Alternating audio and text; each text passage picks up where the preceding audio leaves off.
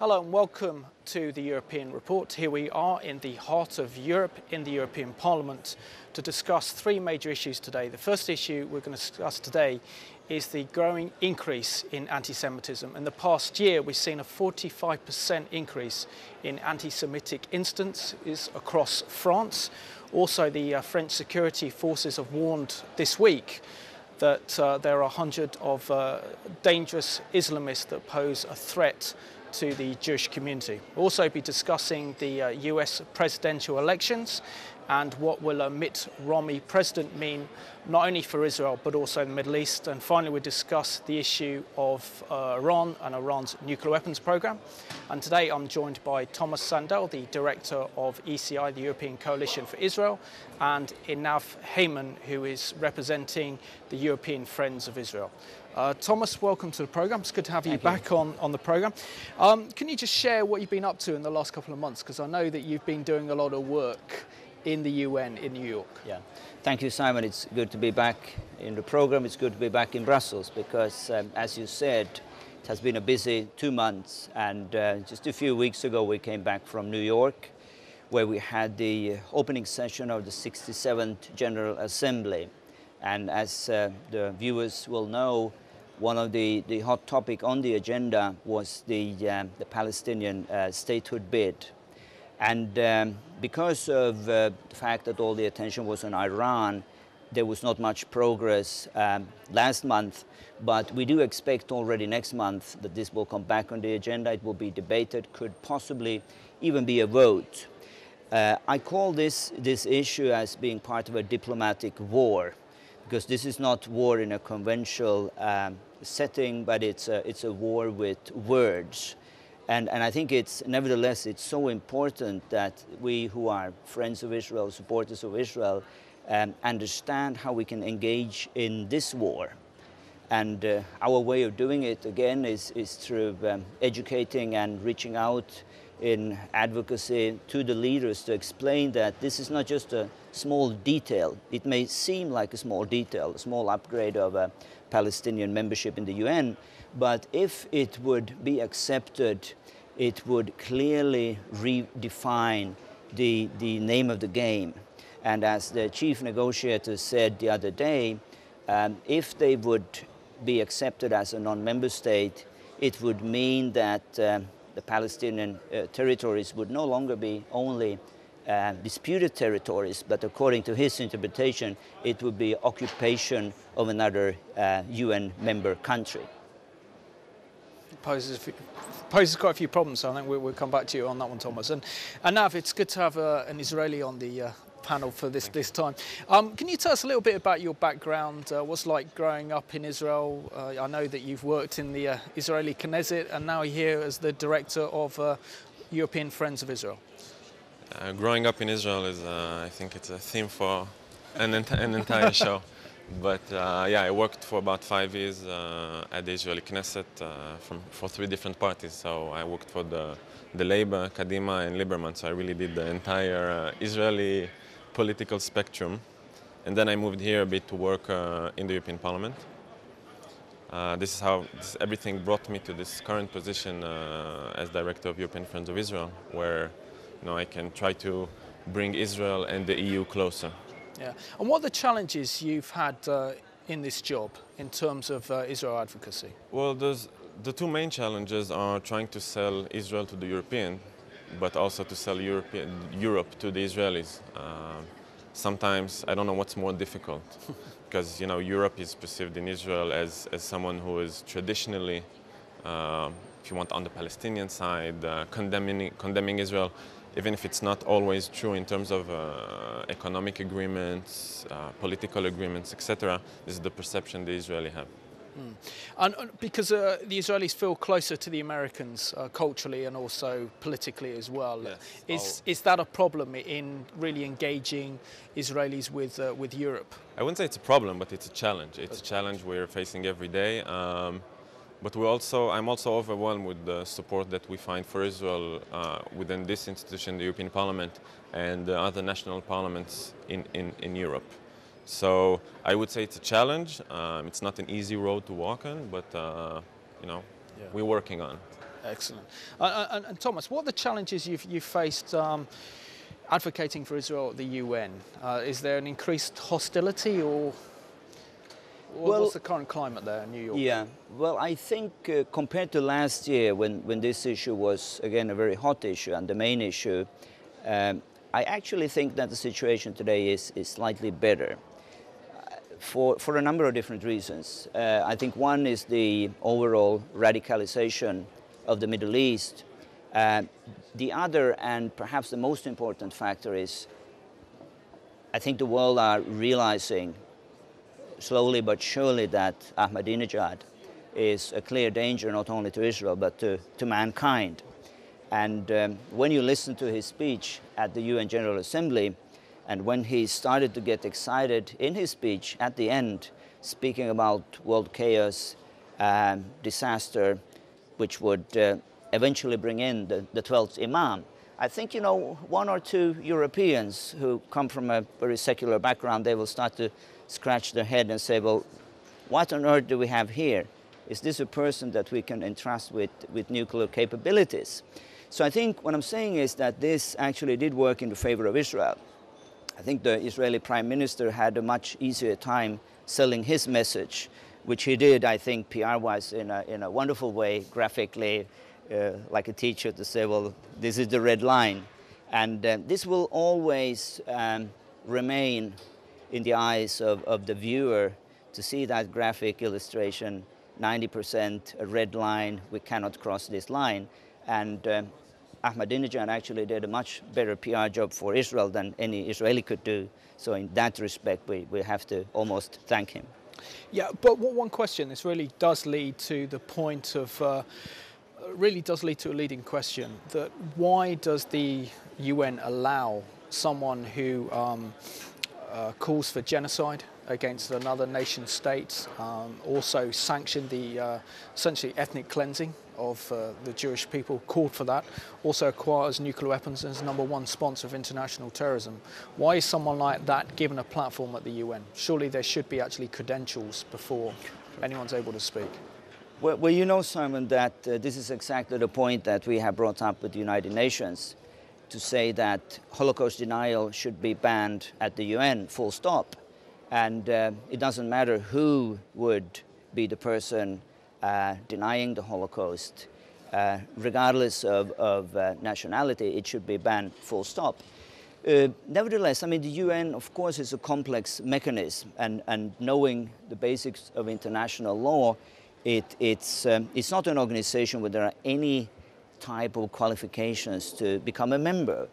You know, someone once compared the UN to an organization where half of the members would be, you know, groups like Hells Angels and criminal motorcycle gangs. And it may seem like exaggeration, but there's some truth to it. A majority is not parliamentary democracies like in the Western world.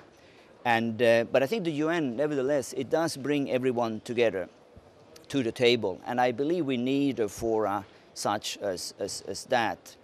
I should also say, and this is to give credit to the UN and to Ban Ki-moon, when he was speaking at Tehran in August at the non-aligned movement, he made it very clear what was acceptable at the UN and what was not acceptable. And we, of course, listened very carefully to the speech of Ahmadinejad, also to note that in his official address, he did not deny the Holocaust. He did not call for the destruction of the Jewish state. So I think also here we need to be balanced and say that I believe there are at the moment developments going in the favor of Israel, of understanding the environment that Israel is facing in the Middle East.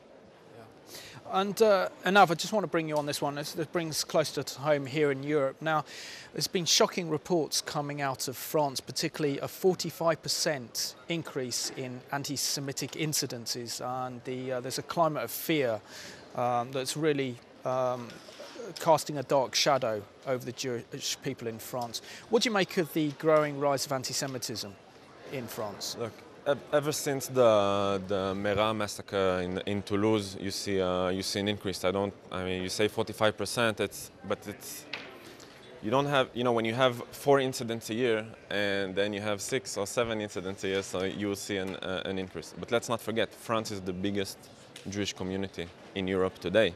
And when you mix it with a crowd of 6-7 million Muslim immigrants, you will have clashes.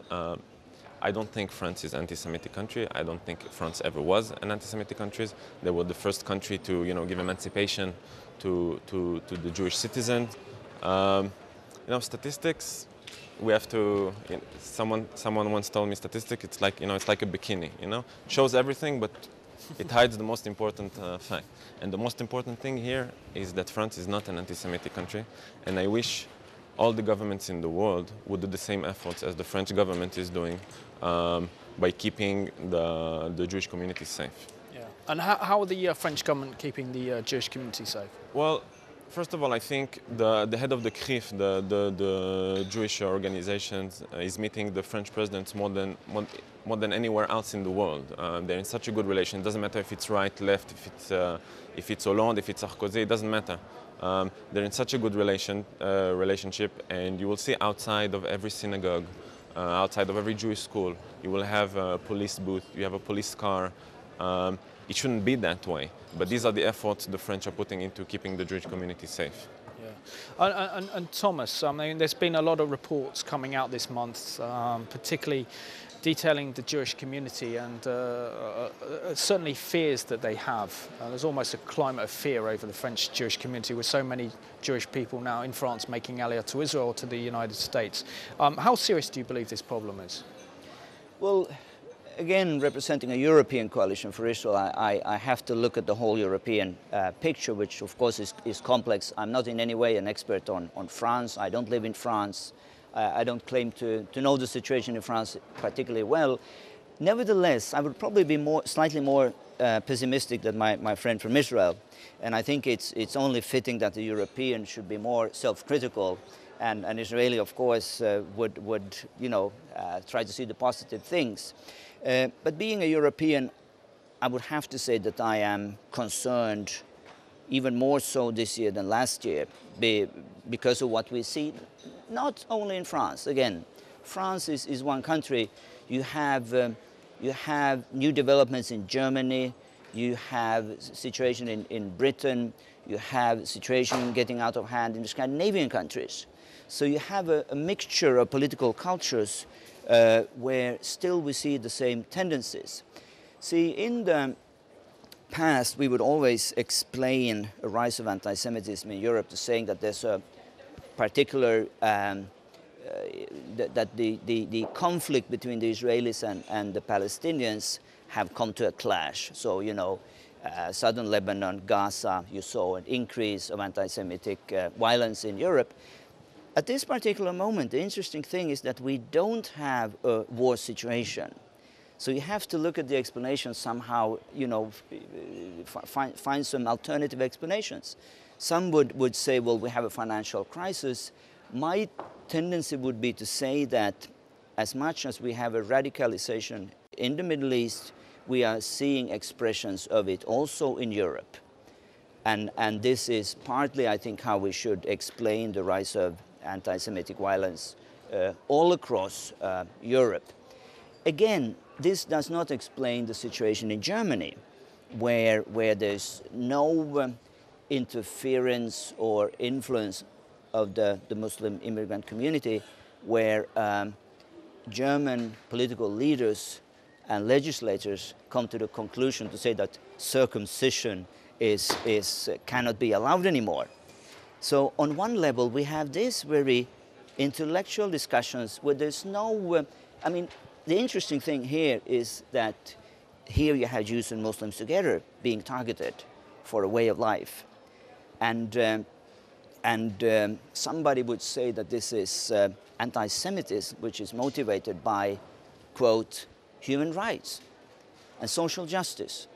And I think this is just as much as we are concerned about what happens in France, this is the issue which comes from traditional European society, the intellectual class, using human rights, children's rights, as an argument in repackaging anti-Semitism in the new format. And as someone said, I think it was the head of the World Jewish Congress, he said to the Germans, he said, "Don't come and tell us how we should be Jews. If you take away circumcision, I mean, how can you live a Jewish life in Europe anymore? This is serious stuff." And it's only adding to the other scenarios which we are seeing across Europe. Yeah. And Einav, Israel has faced, I don't know, decades of dealing with Islamist insurgents, terrorist threats, but this is something new to European Jews, particularly in light of what's happened this year. We had the horrendous attack in Toulouse of a Jewish rabbi and his sons, including another child that was shot and killed. Only last month we had a grenade attack on a Jewish grocery store in the heart of the Jewish community in Paris.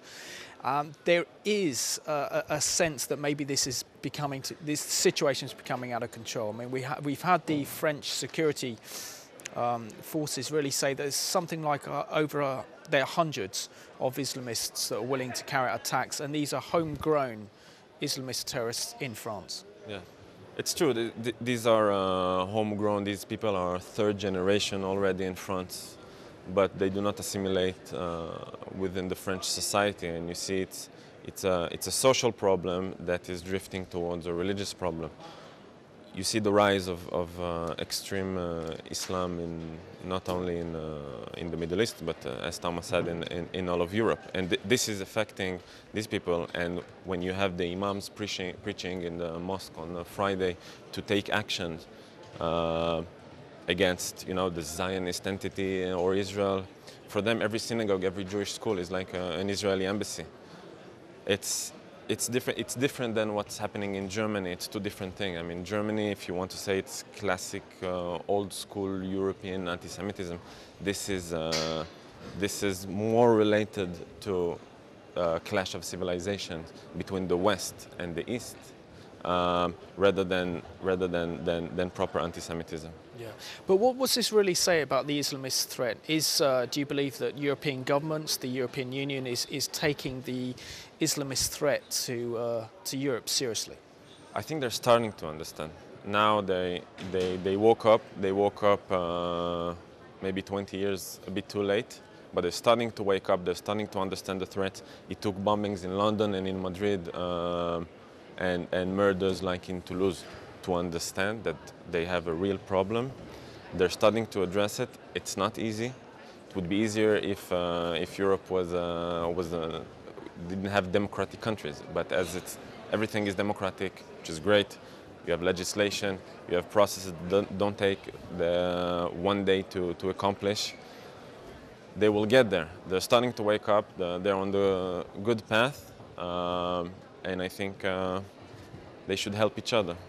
Yeah, and Thomas, just in my notes here, it said the French government believes that the Islamist problem, comes from the indoctrination in prisons, distribution of Islamist propaganda via the internet, and satellite television is radicalizing young, impressionable Muslims across Europe. And what policies do you believe that the European Union can put forward, including member states, to actually tackle this problem? Well, I think in the very place where we are today, in Brussels, the European Parliament and the European institutions have a role to play, because as we have stated already, this is not a national problem. It's not limited to one particular country. It's a typical European problem. And if I'm not mistaken, I think that actions have already been taken when it comes to broadcasting of hate speech.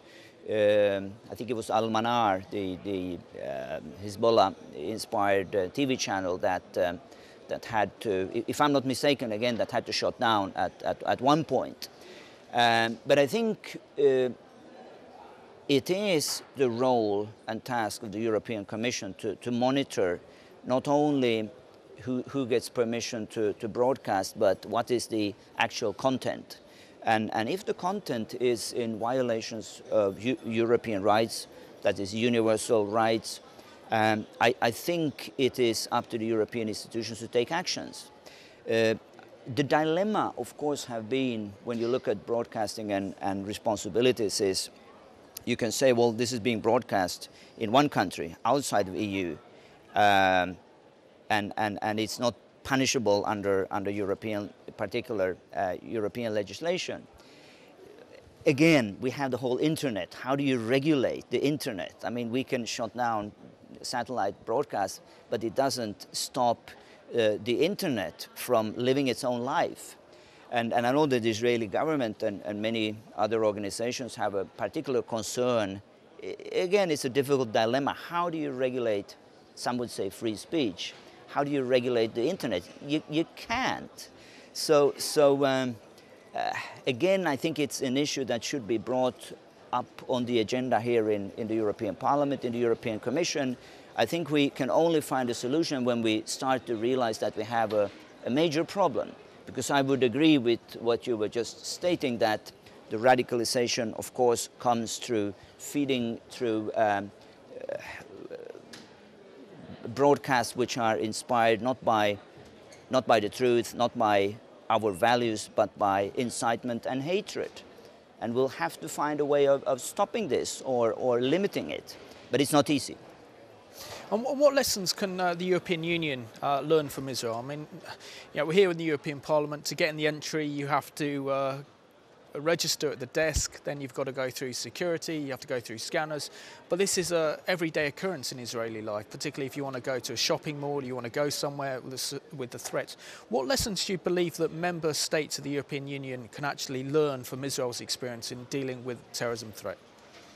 Well, it's hard to say because it's not the same playground, it's not the same game.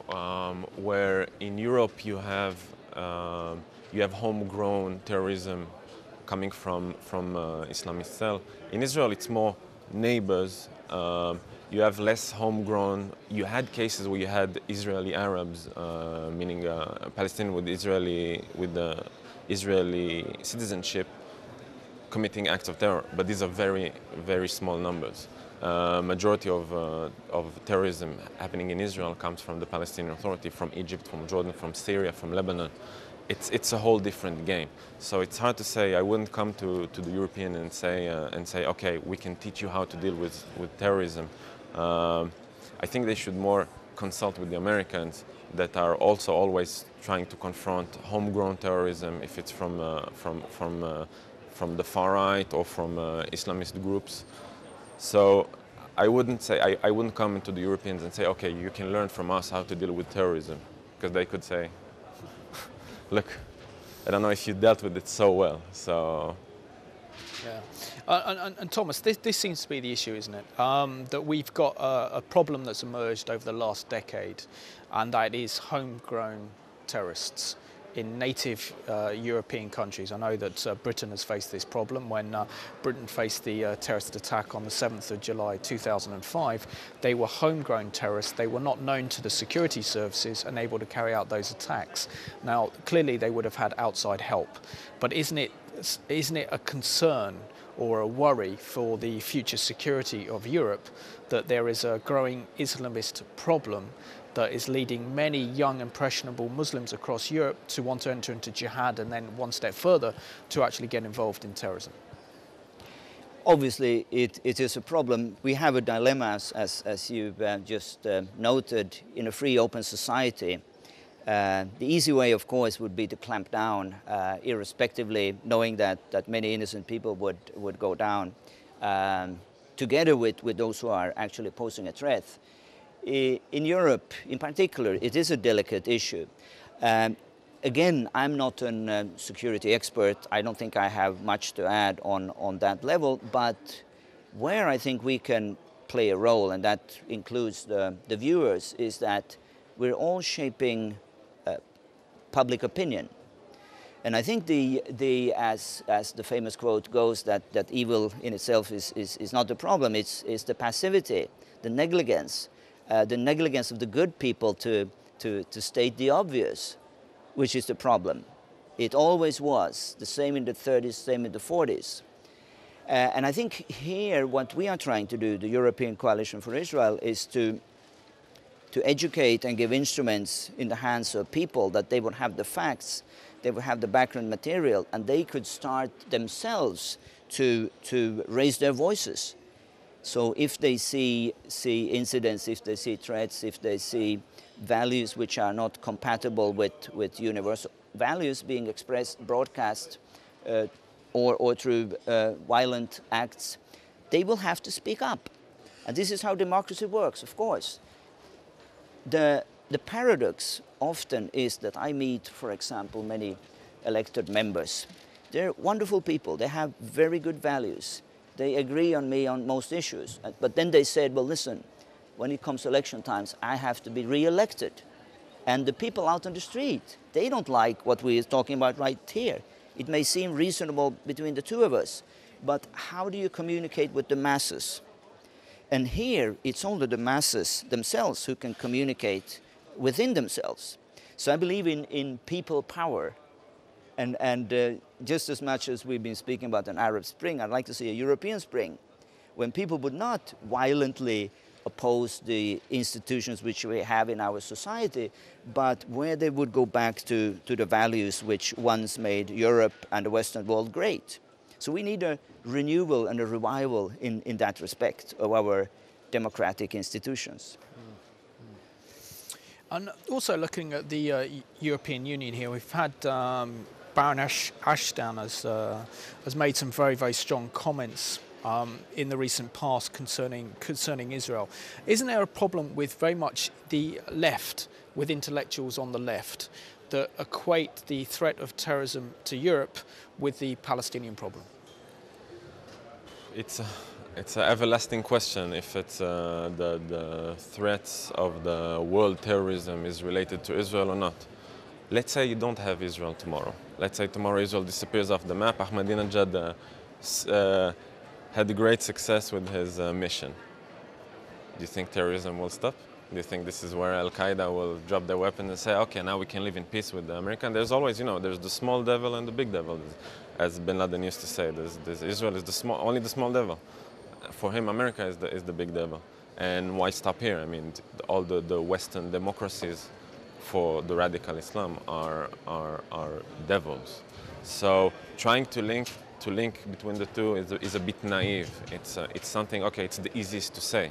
It's very easy to say, okay, accept all the Palestinian refugees, go back to 67 lines or 48 lines, whatever is, depends where you are on the political map, and where does it stop? I mean, if you could sign an agreement with someone saying all intercultural violence would stop, why we sign an agreement and we go back to the 67 lines? Or you know what, the Israelis go back to Europe or the Arab countries where they came from. Will it stop? No one will sign an agreement like this. Thomas, the next issue we really want to discuss is November's presidential elections. Could I just say a few words on the issue which you raised, because I believe it's so important. And it's interesting, again, it's old anti-Semitic myths being repackaged. We heard that before. If only the Jews would disappear, it would be, in the 30s, Jews go back to Palestine. And now, once they are there, say, well, Jews go away from Palestine, go back to Europe. So always the tendency seemed to be, if we can only fix this Jewish problem, well, why is it a problem always? Things will go well. So I think always when we hear an explanation like this, which we sadly hear in intellectual circles today, if we can fix the Middle East, everything will be fine. It's nonsense. And history has proved it, again and again. It doesn't work this way. So we need to, and I think increasingly more politicians are starting to do it, to refocus and say, listen, there are other problems that we need to fix. We cannot always use Israel as an excuse. I just want to be that, to make it very clear. No, it's good. Which will probably lead me on to say something else, Alandav, and that's the issue is, do you believe, thanks to the Arab Spring, and we see the horrendous violence taking place in Syria with the civil war taking place there, we've seen the political turmoil in Egypt and across North Africa and the Arab world, is there a realization now that the centre point of the Middle East problem always was a quoted Israel and the Palestinian issue is now much a wider issue. Well, yeah, it's obvious that now Israel is not even a factor in all this Arab Spring. It's all, inside the countries. So, for the first time, when there's things going on in the Middle East, it's not related to Israel, which is, in my opinion, great. But we have to see, what tomorrow brings, and we have to see where the area is going. You see already in Egypt that, it's might be democratic, but it's very bad for Israel. Might be good for the Egyptians, I don't know, but it's very bad for Israel. And you see, Israel and Egypt moved from having a cold peace to having practically a ceasefire. This is what the state of things are. You have no tourism, you have no trade, you used to have loads of gas flowing from natural gas from Egypt to Israel. That stopped as well. In a year or two, Israel will produce her own natural gas, and even export to other countries. And you see the agreement, the peace agreement that was signed in the 80s is almost not valid anymore. I mean, the most important part of the agreement was the proliferation of Sinai, that you wouldn't have troops or heavy machinery of the Egyptian army, only allowed to have police there. Now, in 2005, when there was the disengagement from Gaza, the Israelis asked the Egyptians to help to stop the smuggling of weapons and other things to Gaza through Sinai. So the Egyptians said, we only have police. So the Israelis agreed that they will replace the 750 policemen they had in Sinai, which is about 3 times the size of Israel, to 750 members of the border police, which were better equipped and better trained, etc. What they did was just to add and not remove any. And then a year later, they said, okay, we have a problem from the sea, so can we build a naval base? The Israelis said, okay. Then they said, Sinai is too big. We cannot rule it with infantry. Please allow us to add some helicopters. So they added helicopters. As soon as you had the Arab Spring demonstrations in Tahrir Square in Egypt, Mubarak said to the Israeli, I have lots of problems in Sinai. Allow me to put 6 regiments into Gaza. The Israeli said, okay. So now you have about 2 divisions of Egyptian army in Sinai, and this is beyond what's agreed in the agreements. And this is, the Israelis said yes, yes, yes, yes, and now we're facing an army who is well trained. They're about 1 million soldiers, which is huge numbers for the Middle East. They have American equipment, American financing, and in all the wars that Israel ever had, the Egyptian army was always the most dangerous one, and the most precise one, and the one that caused the most casualties to the Israeli side. So this is something we have to take into consideration. Yeah, and Thomas, obviously the programme's going in a different direction, which is a good thing. When it comes down to Egypt, we've seen the rise of the Muslim Brotherhood. We've seen the Muslim Brotherhood President Mohamed Morsi win the elections, and we've seen there a clampdown on freedom of press and academia. Is there a great fear now? We've heard from Alandav the fear that Israel has from the emergence of the Arab Spring and particularly the Muslim Brotherhood. But how is Europe waking up to the dangers of the equivalent of the Taliban taking power on Europe's doorsteps? Again, I spoke with a very initiated expert the other day who was of the opinion to say that Europe is finally waking up, again, one year too late.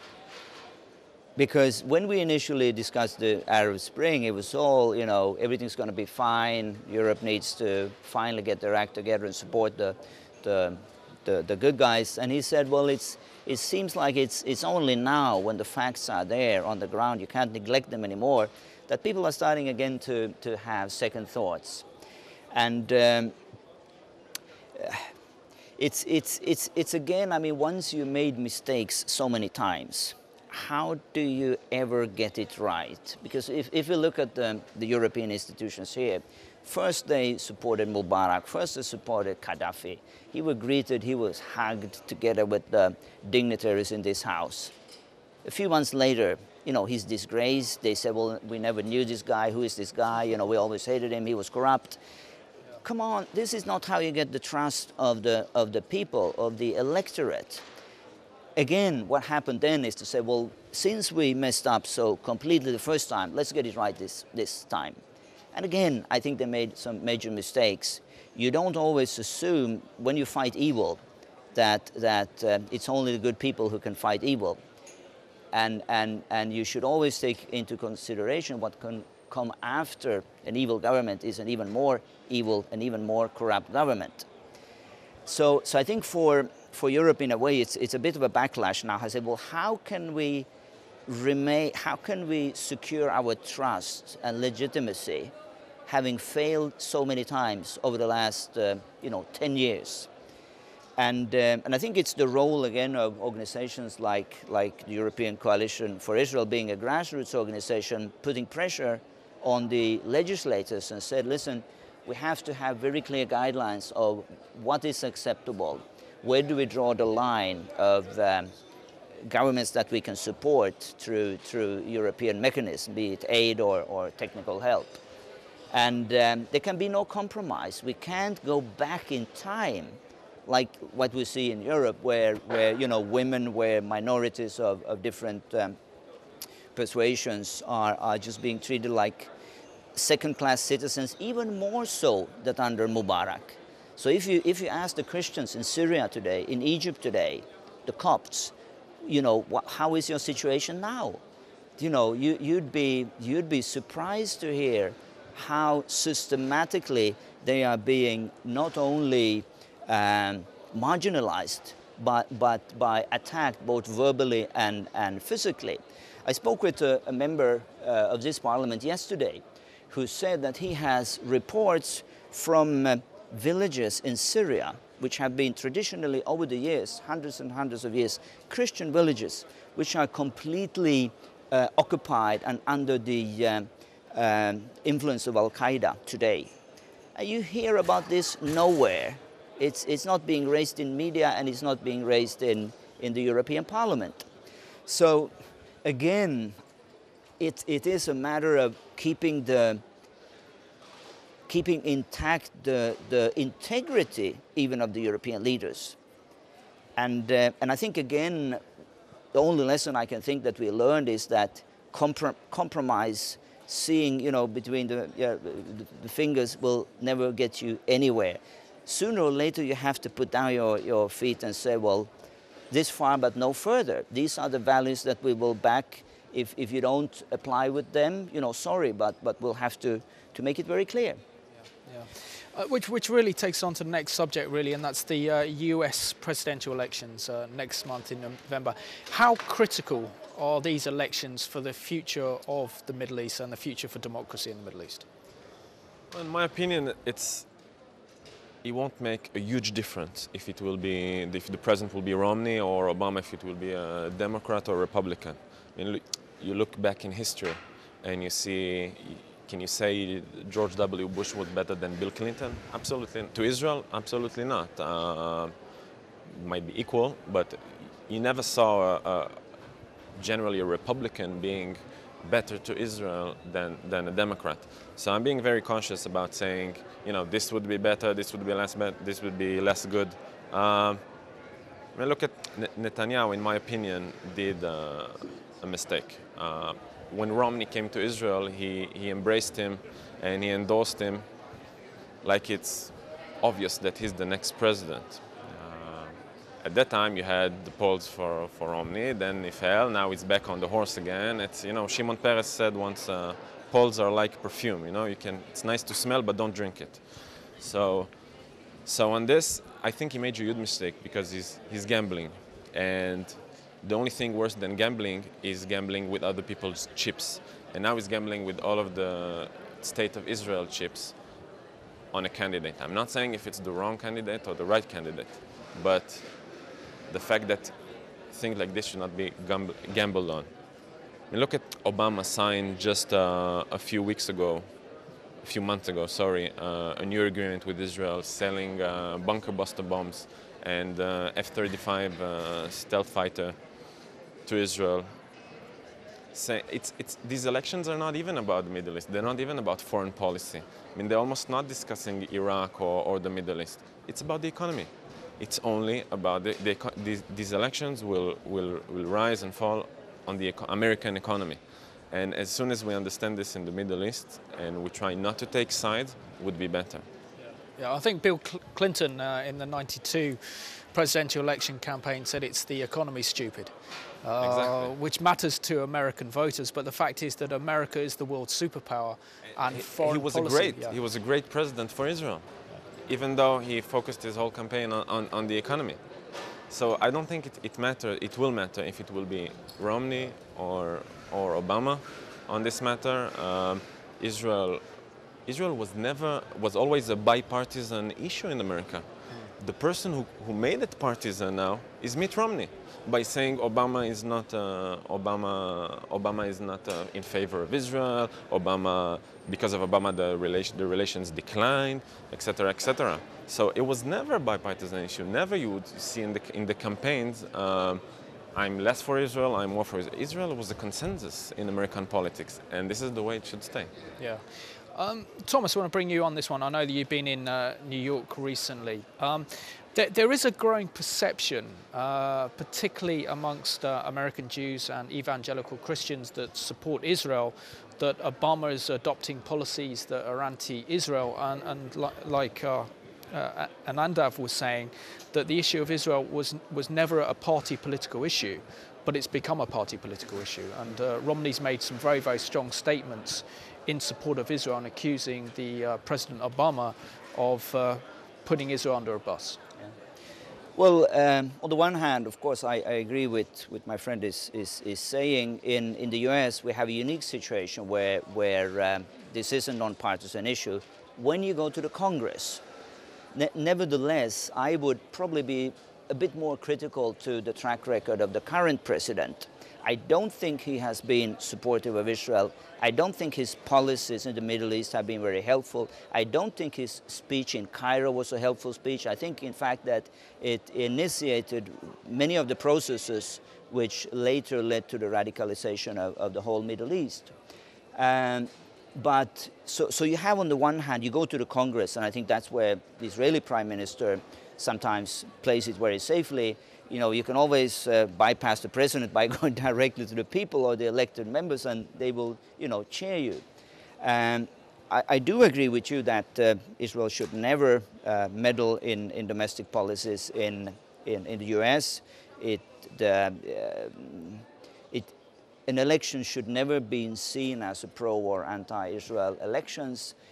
Nevertheless, I mean, living in a free, open democracy, I think one would have to look at the facts, not to speak so much about his opponent as to speak about the current president. To say that I don't think he has been very helpful. Just looking symbolically at the facts, he hasn't visited Israel. He did not receive the Israeli Prime Minister prominently in the White House. Come on, you just can't get away with that. And I mean, I can say this again, not being Israeli, not being Jew, being European. These are my observations. Nevertheless, with Mitt Romney now, he's very pro-Israel, but we've seen in the U.S., this is how you win votes as well, and this is how you win over a critical Jewish electorate.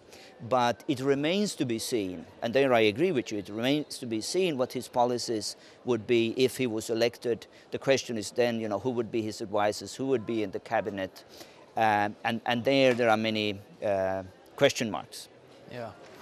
And that really leads us on to American foreign policy. I mean, you're saying there's not much difference between the Republicans and the Democrats in terms of policy. But if we look at President Obama's policies towards the Middle East, we've seen the emergence of the Arab Spring, which offered the hope of democracy, reform, freedom of press, freedom of speech. but in the end it's turned out to be nothing but an Islamist tsunami that's taken place. And we've seen the decline of American power and influence in the Middle East. Surely this can't be a good thing. Yeah, but I think it's a byproduct, the lack of American involvement in the Middle East, because that's what it is. It's not that they're getting involved and encouraging the Muslim Brotherhood to take power, but it's mostly the lack of American intervenence in the Middle East. You know, Obama is in deep trouble with the economy, with his health bill, with all these things, and you know, looks less towards the Middle East, etc. America is still very involved in all, you know, corners of the world. So I don't think it's something deliberate. I don't think it's something that he's planned. I don't think it's something that has to do with the fact that he's a Democrat or is part of his world perception. Okay, his Cairo University speech was a bit milder towards Israel and more supportive towards Arab Springs, etc. But at the end, it's things that are less related to the Middle East that affected it, rather than direct intervention. Yeah. And Thomas, I mean, what would be your desired outcome of the elections? Because I think Mitt Romney's made a very, very clear distinction between him and President Obama when it comes to Israel and the Middle East. He's called for military intervention by supporting the rebels in Syria to take Syria away from the Iranian axis. He's calling for Iran, that if Iran crosses the red lines in terms of their nuclear weapons program, then he will use American force and power, and said he's exactly on the same page as the Israeli Prime Minister Netanyahu. And he claims that Obama has really isolated America in the Middle East with devastating consequences. Again, I'm not a military expert, I'm not a security expert, and the last thing I would like to do is to give advice to the future US president from this studio. But on a more general level, I think that what we say matters. How we position ourselves matters. Sometimes, and that's the beauty with diplomacy, you can speak in a way that it is understood by those who would want to oppose you, and in 90%, that's all what it takes. So once you have clarity to say, well, this is where we stand, these are the red lines, we are not taking the military option off the table. I think that is enough sometimes, and let's face it, it's a bit like a poker game. You know, you play with your cards, you don't show them, you don't let your opponent know how far you will go. But a good card player will never say that, well, listen, this is something that I will never do. I'll never hurt you, I'll never attack you, and of course this is off the table. You don't do that if you're serious and if you mean business. And I think in this respect, what I hear coming out from Mitt Romney, regardless of if he would carry through what he is, you know, saying now in the last few weeks before the elections, but nevertheless, I believe that a political message is important as such. And there, again, I believe that the current president made a mistake of showing to the whole world that the Israeli Prime Minister was not really welcomed or appreciated in the White House. You know, of course, you have millions and millions of people in the region who will read and hear him more loudly than whatever he's going to say in his speech later. And I think these are the type of mistakes that you can't really afford to make as the president of a superpower.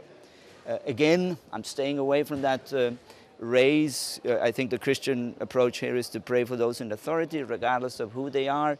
But again, you know, we have to use, you know, our sound mind to just look and compare and vote according to our convictions. And whether just on that, if I remember correctly, Obama said that all the options are on the table, and these are the exact words he used. So in that case, you know, I'll give him the credit that, you know, if one day Israel needs him on the Iranian issue, I'm talking about a military strike, he will be there. Nevertheless, you know, Elie Wiesel once said, always believe the threats of your enemy more than the promises of your friends. So, you know, the Israelis, they have to take care of themselves. They might not have all the technological capabilities, military capabilities to do 100% work. And I do believe that, like before, the United States will stand behind Israel. Yeah. Can I just quickly comment on that to say that, yes, I believe it's important to say in this studio that Obama, even the Obama administration has been much, much more clear and helpful to the Israelis than the governments, and particularly the European Union and their chief foreign policy chiefs. So we should, you know, put things in perspective, looking towards Washington. And it doesn't matter really who wins the presidency, whether it's Mitt Romney for the Republicans or whether President Obama's re-elected. Still, the main foreign policy challenge of this generation is Iran's nuclear weapons program. How critical are we now in terms of Iran's development of those weapons and capabilities, do you believe? I don't know. You don't know. I don't think anyone in this world besides Ahmadinejad and his experts know. The Israelis might know, the Americans might know. I have no idea. Anything I would say would be just a presumption. But let's say they're closer than what we want them to be. And this is the main thing, and this is why we need to continue to press Europe for sanctions, America for military backup, and basically use all the weapons we have, hard and soft, to just stop that program, or divert it towards the, you know, forget the one.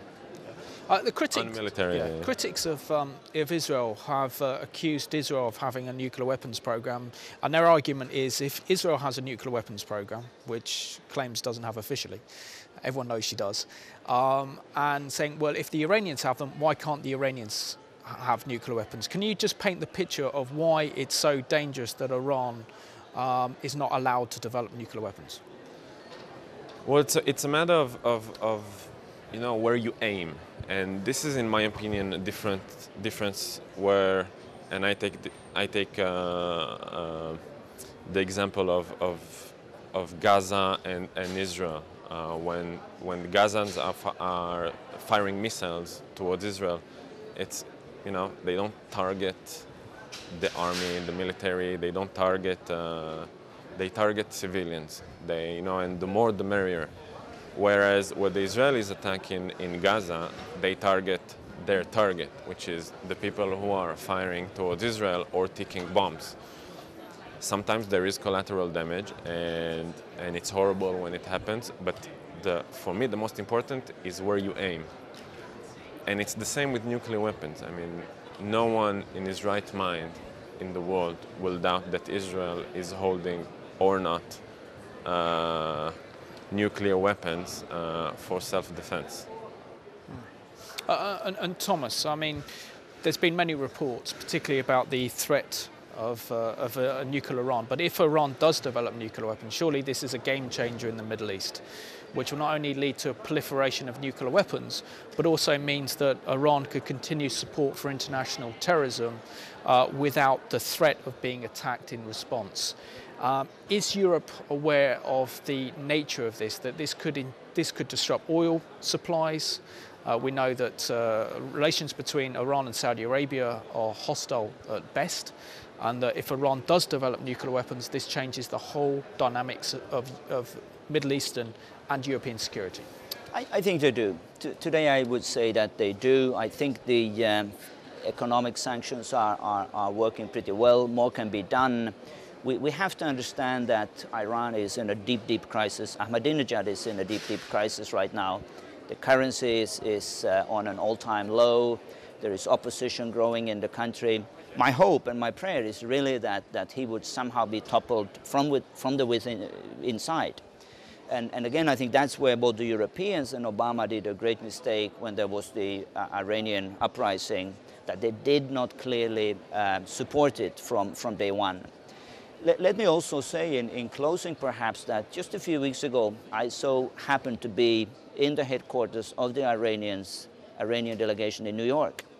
And you ask the question, you compare with the Israelis and the Iranians, it's a bit like saying, well, if you have a weapon, does it matter if a sound, stable person gets a weapon? You can trust him, he may be a hunter. Do you give a weapon to a suicidal person who has apocalyptic vision to kill not only himself but the people around him? No, you don't. There is a difference. When I looked into the eyes of those people who were there, including the Iranian foreign minister, I never seen people so demonically motivated ever before. And I think the determination and the conviction which they have, which are driving them, is something which is unseen of in world history. With the Russians, a Russian did not want to die. That was not an mean in itself. It was nothing glorious for a Russian under the Cold War to die. But here we have people who say, well, if we can bring about an apocalyptic vision and bring in the 12th Amman, things will get better. He's not only whispering this, you don't have to read between the lines. He said it clearly a few weeks ago in New York. This will bring in peace to the world community. And as I say, I think the Europeans, they get it, they're doing everything they can. I think the determination to do even more is there. So in this case, I want to end on a positive note when it comes to the European leaders. I think they are doing everything they can and will do even more in days to come. Gentlemen, I just want to thank you very much for joining me today on the European Report, and I want to thank you all for watching this programme. As we approach the US presidential elections, we see that there are vital issues relating to the Middle East that are at stake, and it doesn't really matter who wins, the same problems are still going to emerge, and that's why we need a stronger international effort to counter Iran's nuclear weapons programme in order to preserve a nuclear-free Middle East. So thank you for watching today's programme.